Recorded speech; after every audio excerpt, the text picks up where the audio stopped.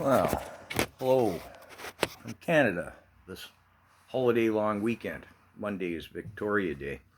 It's often referred to as the May 2-4 weekend here in Canada. And yes, there's a beer analogy sort of there. Although, maybe for a lot of people this weekend, it's a 12-pack, not a 24, what with Trudeau's escalating alcohol tax and carbon tax and GST on the carbon tax. I mean, somebody's got to drive the beer to the beer store. You got to drive to the beer store to buy it. Good work, Trudeau. Anyways, the subject matter being EVs here in Canada.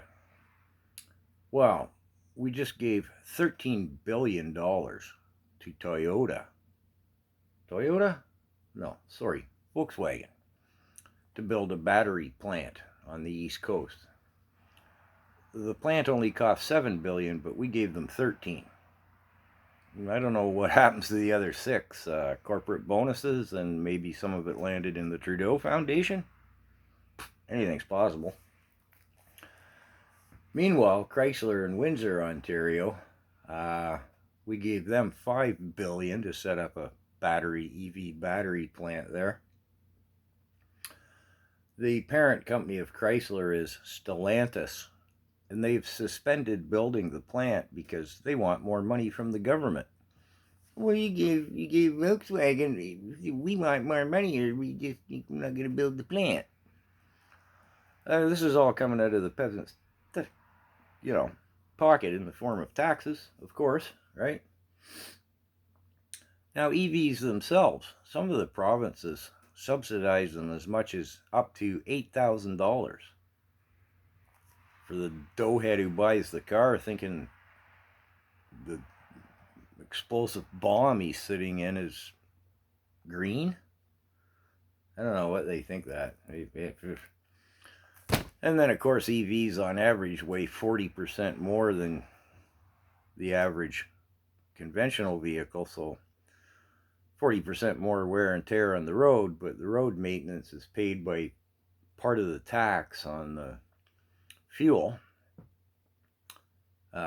Supposed to go to road maintenance anyways, but I don't know, maybe it goes to the Trudeau Foundation as well. I mean, nobody knows. It all goes into a general pot, you know what I mean? So when an EV pulls up next to me at a stoplight or something, I'm cringing, hoping it doesn't burst into flames and take me with it. I'm also aggravating, thinking, I wonder how much of that car I paid for that virtue signaling doughhead who actually thinks the thing is green. And it's going to get worse cost-wise because Canada's a vast country. And as more doughheads buy these fool things, they're going to have to put charging stations. I mean, it's a vast country. You drive through northern Ontario, it's a long stretch. Well, it takes you an entire, about 19 hours to get from the Manitoba border down to Toronto, say. Closer to 24 in reality. Well, long ways. A lot of that northern country, there's vast stretches. So you imagine how much copper, what the copper costs are going to be to string out.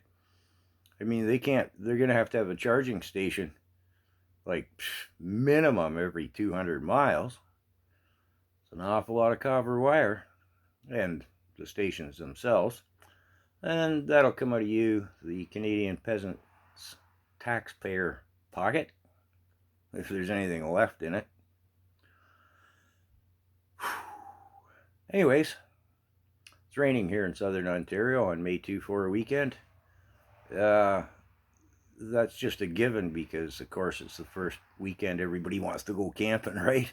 So it always rains the first day, so everybody's wet and miserable all weekend. But, well, hey, we're Canadian. That's what we do.